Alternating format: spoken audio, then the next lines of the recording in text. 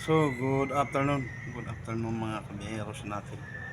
So, nandito na kami sa port ng Liloan Port. So, eksakto ang ating oras ay dumating kami dito ay alas 5 ng hapon. Yan. So, nasa loob na kami.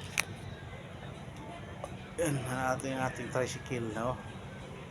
So, eksaktong alas 5 dumating kami dito sa Liloan Port.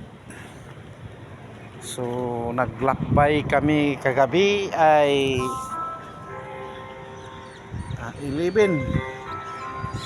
Magandang hapon po sa inyo lahat. Nawagan sa lahat ng kasayo, nakatayo sa barkong pasta. Meron ng terminal fee of 10 seconds. So 11 kami naglakbay Sa mga tayo, nakatayo ng barkong pasta. gabi. Meron ng terminal fee of 10 seconds. So tuloy-tuloy lang ang Nakinalitik at walang nakabitan na iwan. tuloy-tuloy lang yung aming takbo kahit sa mabagal na pamamaraan ng pagtakbo at talaga naman ang kalsada ay grabe din. Grabing hirap ng kalsada. Lubak-lubak, bako-bako, aywan ko kung anong tawag niyo, no, blog, no? So sa mga driver natin, mag-ingat-ingat na lang po tayo sa ating mga pag-drive, lalo na sa lugar ng summer area. Talagang grabe din ang kalsada. Walang pinagkakaiba sa kalsada ng Aragay, no? So area ng Bicol, walang pinagkakaiba, talagang sulit sa blog. So yan. So nasa port na tayo nito sa Liloan Port. So alas 8 pa ang loading time. So maya vlog muna ako ng kaunti para pagdating sa bahay ay may pang-upload. So mag-upload din ng simula day 1 hanggang ito ay ano na namin ito. May start kami ng Martes, tapos Miyerkules, so Huwebes, pang 3 days. So mga madaling araw ay nasa bahay na kami nito.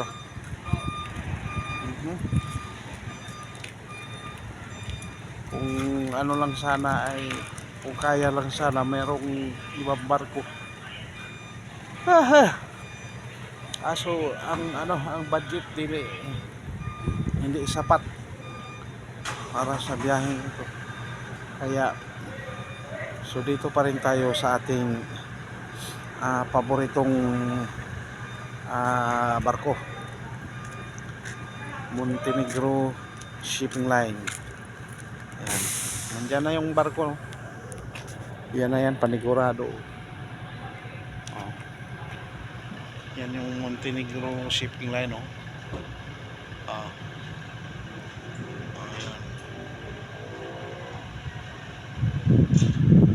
So ganito lang, tiis, tiyaga lang talaga sa pagmamaneho. Pasasaan ba't makakarating din. From day 1, day 2 ay wala akong na-video na yung yung nakakunik mismo sa cellphone holder, kay nag-try ako, masyadong maalog, pangit. Kaya ang ginawa ko, kung saan yung yun, bibidyohan ng aking may bahay, kaya ng aking pamangkin. Kagaya na lang yung travel natin papunta dito. So binigyan tayo ng magandang panahon. So nagpakita yung dalawang dambuhalang bulkan, no? So nakuha na natin ng video yung dalawang bulkan na si Mount Erosin at saka si Mount Mayon. Okay, so nakakuha din tayo ng video doon sa Bulkan Taal, yun yung first day natin dyan. So huminto kami ng saglit. So i-upload ko rin naman yan lahat ng mga videos natin na kalap natin sa ating mga paglalakbay. So sana po ay tangkilikin ninyo yung ating maliit na programa, Alfred Uhaw TV Vlogs, no? Ang pobreng tricycle vlogger, kasalukuyang nag-aantay ngayon ng loading time, pasakay dyan sa barko na yan, no? Yan, no? Dyan tayo sasakay pabalik ng Surigao sa homeland natin, okay, sa Parang Kantilan, Surigao del Sur. Yun, doon tayo naninirahan sa ngayon. So antabayanan nyo pa kung ano man yung ating mga mai-upload na mga videos. Maraming salamat sa pag-like, pag-share, pag-subscribe sa ating YouTube channel, ganoon na rin sa ating Facebook page, Alfred Uhaw TV Vlogs, ang pobreng tricycle vlogger nakarating sa Luzon. Okay, bye bye, God bless, and to God be the glory.